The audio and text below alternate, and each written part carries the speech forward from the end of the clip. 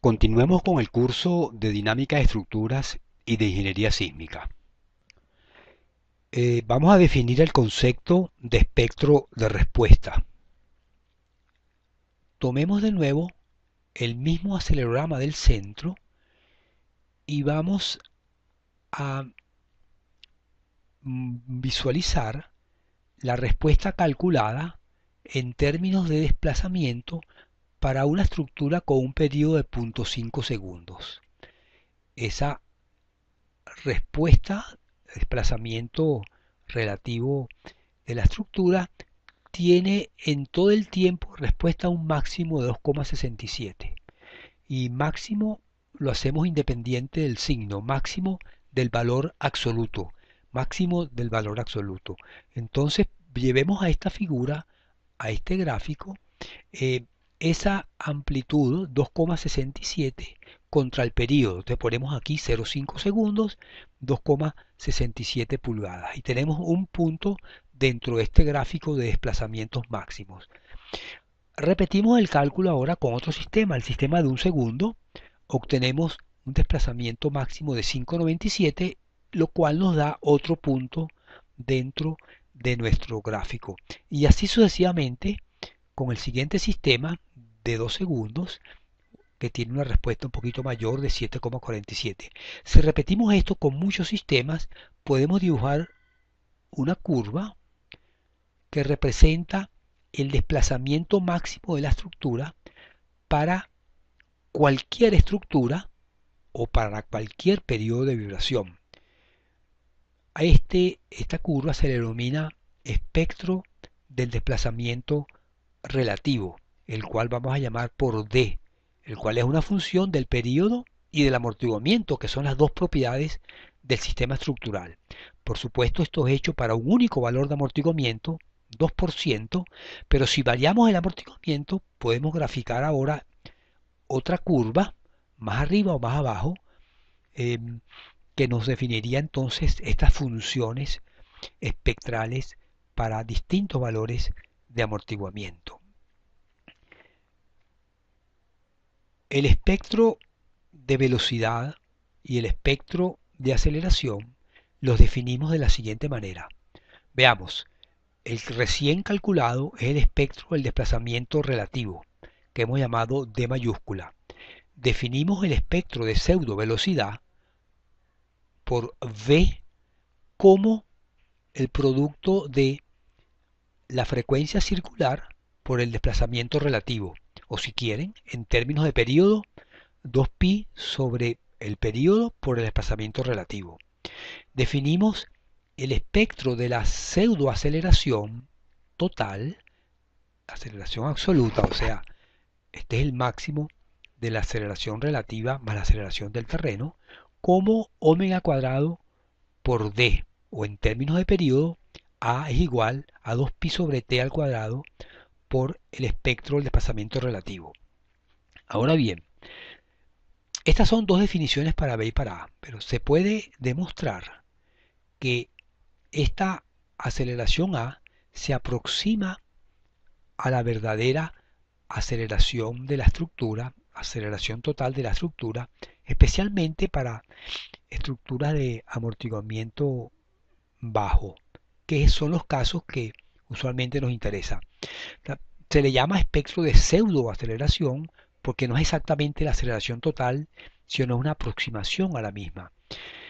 En las normas de diseño se le llama esto espectro de aceleración y no se establece mayor diferencia entre si es pseudo o si no lo es. Si graficamos esos espectros, lucirían de la siguiente manera. El espectro del desplazamiento relativo que ya mostramos, el espectro de la velocidad relativa y el espectro de la aceleración total.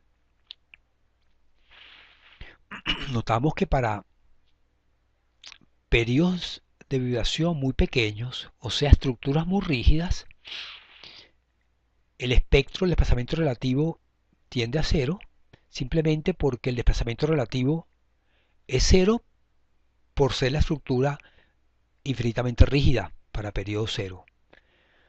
Ahora, lo mismo ocurre con la velocidad relativa, pero la aceleración total tiende para este periodo cero a la aceleración del terreno.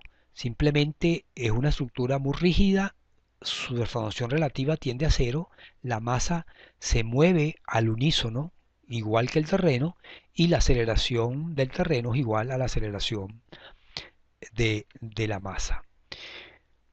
En el otro extremo, para periodos muy largos, significa estructuras muy flexibles,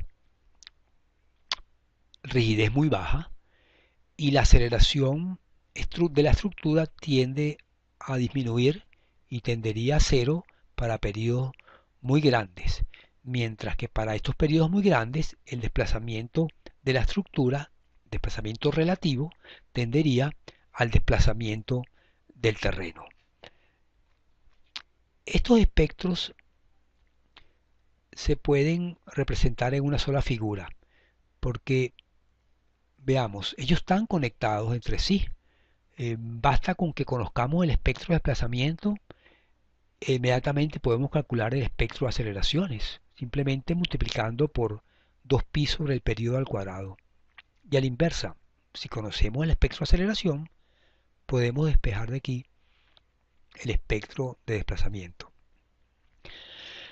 Ellos están conectados entonces de tal manera que pueden ser expresados en una misma figura. Y algunas normas tienen formatos como este, donde en la misma figura se puede leer el eje de velocidad, un eje de aceleración a 45 grados, un eje de desplazamiento relativo a 45 grados, que tiene pendiente positiva, y por supuesto el periodo de vibración en las abscisas. O sea que un punto en esta curva espectral, para el periodo de 2 segundos, podemos leer la velocidad relativa 23,5, podemos leer la aceleración 0,19 g o podemos leer el desplazamiento relativo 7,47. Para el centro tenemos este resultado. Como ven, aquí hay varias curvas, 1, 2, 3, 4, 5 curvas, cada una de ellas corresponde a un valor de amortiguamiento, desde 0 hasta 20%. Obviamente, la de 20% es la curva más baja, la de 0 es la curva más alta. Este tipo de formato logarítmico nos permite ver con más facilidad la zona de periodos muy cortos o la zona de periodos muy largos, desde 2 centésimas de segundo hasta 50 segundos. En esta zona están edificaciones muy rígidas, en esta zona están edificaciones o construcciones muy flexibles, como algunos puentes colgantes. Apreciamos entonces cómo el efecto del amortiguamiento es más importante en cuanto a reducir la respuesta estructural en la zona de periodos intermedios, tiene mucho menos efectos para periodos largos o para periodos muy cortos. Y notamos también en este gráfico cómo para periodos largos todas las curvas se unen hacia el desplazamiento del terreno. En este caso un valor cercano a lo que podamos leer aquí, 5 y algo, ¿no? Mientras que para periodos muy cortos todas las curvas tienden a unirse hacia la aceleración del terreno, como habíamos argumentado antes. También podemos graficar el espectro de desplazamientos, es el que mostramos a continuación. Desplazamiento contra periodo para diversos valores de amortiguamiento. De nuevo usamos formatos logarítmicos para mostrar con más amplitud los rangos de variaciones. Aquí notamos, por ejemplo, de nuevo como para periodos muy largos, todas las curvas se unen a un valor que es el desplazamiento del terreno. Y notamos también el carácter creciente continuo de las curvas en la medida que el periodo está aumentando. O sea, aquí podemos fácilmente identificar una tendencia. En la medida que el periodo, que la estructura es más flexible, la estructura se desplaza más. Con la excepción de ya estructuras muy flexibles, 20 segundos, donde hay una reducción hacia el desplazamiento del terreno. ¿Cómo se compara la respuesta ante un movimiento sísmico con la respuesta ante un movimiento armónico que habíamos estudiado previamente? Aquí están, estas figuras ya las hemos mostrado antes, pero ahora las traemos para comparación. La respuesta, en este caso la aceleración mm, total para un movimiento armónico dividida entre la aceleración del terreno era esta, una fuerte amplificación en la zona de resonancia, eh, mientras que la aceleración espectral, la aceleración de la masa para un movimiento sísmico, el centro, es una función más irregular, más desordenada y que no amplifica tanto, por supuesto. Aquí pudiéramos calcular una amplificación promedio tomando una media de estos picos, tomamos esa aceleración A y la dividimos entre la aceleración del terreno, que es la que corresponde para periodo cero, y notaríamos que para este amortiguamiento pequeño de 2%, la amplificación es del orden de 3. En otras palabras, las estructuras experimentan aceleraciones del orden de 3 veces la máxima aceleración del terreno.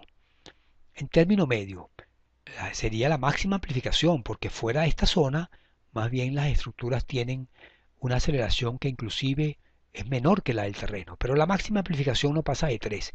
En el caso de movimientos armónicos, ya sabemos que la amplificación es mucho mayor, pero esa amplificación está restringida en una zona muy estrecha porque el amortiguamiento es pequeño. En la medida que el amortiguamiento aumenta, estas curvas tenderían a ensancharse un poco más. Pero veamos aquí la curva de 2%, no está indicada, pero eso equivaldría a una amplificación del orden de 25. Eh, o sea que una amplificación aproximadamente 8 veces mayor a la que se genera por un movimiento sísmico como el del centro, típico que tiene un amplio contenido frecuencial.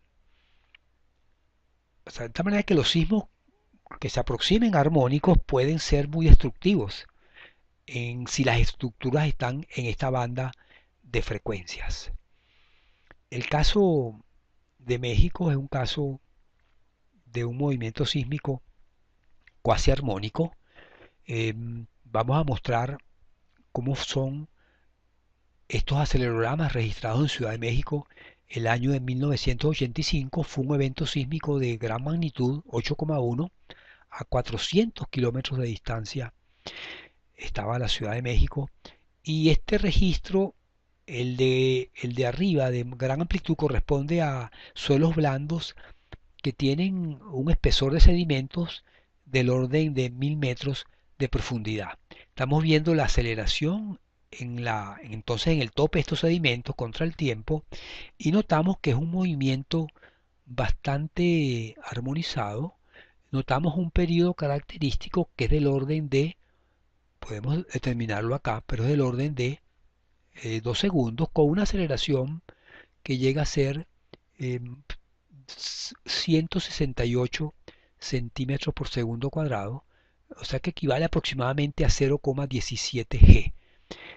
En cambio, este registro de más abajo corresponde a un registro obtenido sobre roca en la misma Ciudad de México a los mismos 400 kilómetros de distancia, pero notamos que la aceleración máxima es del orden de 35 centímetros sobre segundo cuadrado, o sea, una reducción sustancial con el valor anterior, ¿no? Esto es cerca de 3%, 4% de G contra 17% de G, una diferencia de casi 4 o más de amplificación de la roca a el suelo blando. Si vemos los espectros, notamos entonces que el registro en suelo blando tiene una fuerte amplificación en la zona cercana a los 2 segundos, mientras que el espectro correspondiente al registro sobre roca tiene aceleraciones significativamente menores. Vemos para periodo cero, en este espectro de aceleraciones, notamos, podemos leer la aceleración del terreno, ¿verdad? Ya comentamos unos 4% de G, 17% de G, pero estas dos curvas se separan todavía más en la zona de resonancia correspondiente al terreno blando. De tal manera que ese efecto desfavorable de los movimientos cuasi armónicos se puso de manifiesto terriblemente en este evento sísmico de Ciudad de México del año 85, en todas aquellas edificaciones que estaban sobre este terreno blando, puesto que hubo miles de edificios con periodos comprendidos en esta zona, periodos altos, edificios de más de 10 pisos que fueron destruidos por este movimiento sísmico, y la razón más importante de esta destrucción fue en este efecto de resonancia que ocurre entre la estructura y el movimiento en la base. Los espectros ustedes pueden calcularlos con cualquiera de estos programas que se pueden descargar libremente de internet. Este programa ha sido desarrollado en América del Norte, NonLink. Este proviene, Seismosignal proviene de um, Europa, y con ellos es posible calcular espectros no solo de sistemas elásticos, también de sistemas inelásticos para cualquier acelerograma que, que tengan disponible. Estos son los espectros que hemos estudiado hasta ahora. Son los espectros para un movimiento sísmico. De allí la razón de que estos espectros tengan ese carácter irregular. Para efectos de diseño, las normas trabajan con espectros suavizados, provenientes de hacer estadística con muchos acelerogramas, con muchos espectros. Muestro aquí los espectros de la norma venezolana. Aquí mostramos la aceleración A sub D, que no es más que la aceleración espectral dividida entre la aceleración de gravedad contra el periodo de vibración para tres condiciones de suelo: S1, terreno firme, duro, roca; S3 es el terreno más blando; y S2 es un caso intermedio, destacando entonces cómo los espectros en terreno blando se desplazan hacia la derecha, hacia la zona de periodos mayores, en concordancia con el conocimiento que acabamos de discutir sobre los movimientos sísmicos. Una aplicación del uso de espectros para el cálculo estructural, para el diseño de nuevas estructuras o para la evaluación de estructuras existentes, la mostramos en esta lámina. Supongamos que este es nuestro problema dinámico. Hemos sometido esta estructura de un grado de libertad a un movimiento en su base y hemos resuelto el problema dinámico, y tenemos aquí el desplazamiento de la estructura. Tenemos el desplazamiento máximo de esta estructura, que ya sabemos que es el desplazamiento espectral. Vamos a convertir este problema dinámico en un problema estático. O sea, ponemos la base fija y nos preguntamos qué fuerza hay que aplicar para que esta estructura se desplace lo mismo que el máximo desplazamiento dinámico. Si aplicamos esa fuerza en forma estática, esa fuerza la llamamos fuerza estática equivalente. Bueno, la respuesta es inmediata. Si este es el desplazamiento de una estructura, desplazamiento estático, la fuerza equivalente no es más que K, su rigidez lateral, por U máximo. Ahora bien, recordemos que U máximo por definición es el desplazamiento espectral, y además que K en función de la frecuencia del sistema es m por omega cuadrado, pero omega cuadrado por d es la aceleración espectral,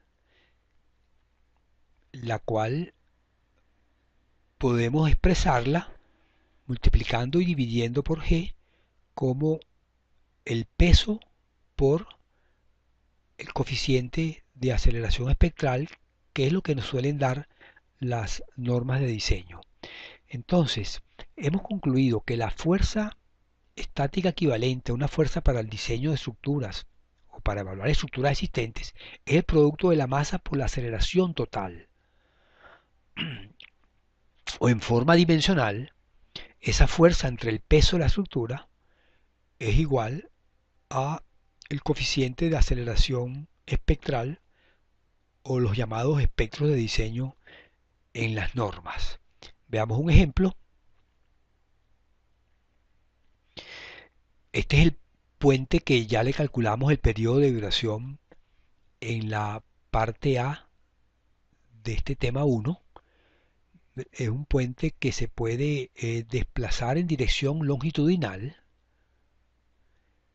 y tiene una rigidez igual a 442 toneladas por centímetro, tiene un peso de 3.141 toneladas y el periodo lo hemos calculado y es igual a 0,535 segundos. Supongamos ahora que ese puente está sometido a un sismo horizontal en su base, el cual está dado por el espectro de diseño definido en la norma de Venezuela para una zona de alta amenaza sísmica, un grupo determinado y para unas condiciones de suelo que en este caso corresponden a suelo de dureza intermedia. Estamos por supuesto considerando respuesta elástica R igual a 1, de tal manera que el espectro es el indicado y con el valor del periodo de vibración de la estructura 0,535 segundos entramos en el espectro y leemos 0,78, A sub D 0,78. Por tanto, la fuerza sísmica que actúa sobre ese puente es el producto de A sub D por el peso, lo cual nos da 2.450 toneladas. El desplazamiento podemos calcularlo de dos maneras alternativas: la fuerza entre la rigidez, y eso nos da 5,55 centímetros, o como desplazamiento espectral, la aceleración espectral entre el cuadrado de la frecuencia natural. La frecuencia natural es 2pi sobre el período y la aceleración es el coeficiente de aceleración del espectro de diseño multiplicado por la aceleración de gravedad, que aquí la adoptamos como 981 centímetros sobre segundo cuadrado. Eso nos da 5,54 centímetros. Por razones de redondeo no hay una coincidencia perfecta, pero evidentemente es el mismo procedimiento para calcular el desplazamiento. Por tanto, hemos encontrado que ese viaducto está sometido a una fuerza de 2.450 toneladas y se desplaza 5,54 centímetros cuando está sometido a ese movimiento sísmico en esa zona de elevada amenaza sísmica de Venezuela. Si queremos calcular las fuerzas internas en cualquiera de estas columnas, es muy fácil porque al conocer lo que se desplaza la columna, podemos calcular sus fuerzas internas. Recordemos nuestras hipótesis de partida. Esta columna está empotrada en su base y tampoco puede rotar en el tope, porque hemos supuesto que el tablero es bastante más rígida que la columna, de tal manera que podemos calcular los momentos flectores en la columna arriba y abajo como 6EI entre h cuadrado multiplicado por el desplazamiento máximo. Todos estos valores ya los tenemos, EI y H de la presentación en la parte 1, parte tema 1, parte A, y el desplazamiento en la lámina anterior, con lo cual obtenemos un momento flector de 1551 con 81 toneladas metro. El momento flector es igual arriba y abajo. Eh, por equilibrio de esta columna podemos calcular los cortantes como 2m entre h y eso nos da 408,37 toneladas. Recordemos que en este puente hay un pórtico transversal aquí con 3 columnas que se repite en esta posición, de tal manera que son 6 columnas y eso nos permite hacer una verificación de equilibrio global. 6 columnas, todas toman el mismo cortante, 6 por 408,37 debe ser igual a la fuerza neta total actuando sobre el puente que calculamos previamente.